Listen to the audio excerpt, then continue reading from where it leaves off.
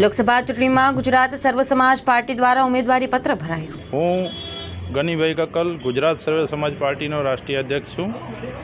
આજે અમારી પાર્ટીના ઉમેદવાર અરવિંદભાઈ અશોકભાઈ સાંગેલાને ફોર્મ ભરાવ્યો છે અને અમારી પાર્ટી ગરીબો શોષિતો માટે લડે છે, ગૌચર માટે લડે છે અને જે પીડિત લોકો છે એના માટે લડે છે। એટલે અમે સમાજથી વિનંતી કરીએ છીએ આજ આપના માધ્યમથી કે ક્ષત્રિય સમાજ, પહેલી જ વાત કરું કે ક્ષત્રિય સમાજ અત્યારે કોઈ વાત ઉપર થઈને ભાજપથી પીડિત છે, પણ ક્ષત્રિય સમાજને હું એક વાત યાદ દિલાવું કે જો ભીયા કક્કલની હું ભીયા કક્કલના વંશમાંથી છું, તમે આ પાર્ટી છે ભીયા કક્કલની છે, જો તમે ભીયા કક્કલના બલિદાનને યાદ રાખવા માગતા હો તો આ ફેરે તમે ગુજરાત સર્વ સમાજ પાર્ટીને વોટ આપી અને એને વિજય બનાવો કચ્છમાંથી।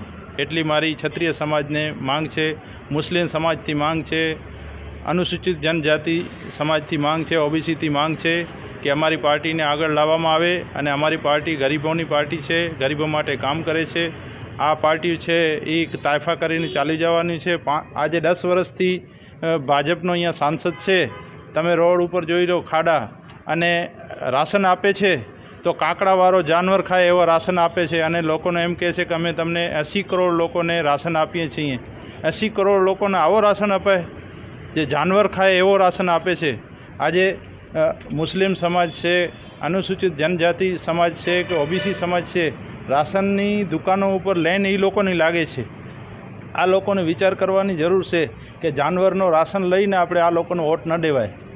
જો સમજદાર હશે તો આ ફેરે પરિવર્તન લાવશે અને ગુજરાત સર્વ સમાજ પાર્ટીને વોટ આપશે અને વિજય બનાવશે। જય હિન્દ, જય ભારત, જય ભીયા કક્કલ। હું ગુજરાત સર્વ સમાજ પાર્ટીથી અરવિંદ અશોકભાઈ સાંગેલા આજે કચ્છ લોકસભા ચુનાવમાં ઉમેદવારી નોંધાવી છે અને કચ્છ જિલ્લામાં આપણે સમાજમાં અને રાજ્યમાં સેવા કરવા માટે હું ઉમેદવારી નોંધાવી છે। લોકોના કામ એટલે કે અત્યારે એવું હાલી રહ્યું છે કે વર્તમાન સરકારમાં કંઈ લોકોને કોઈ ખુશી નથી અને જે હાલી રહ્યું છે બધું જેમ તેમ હાલી રહ્યું છે।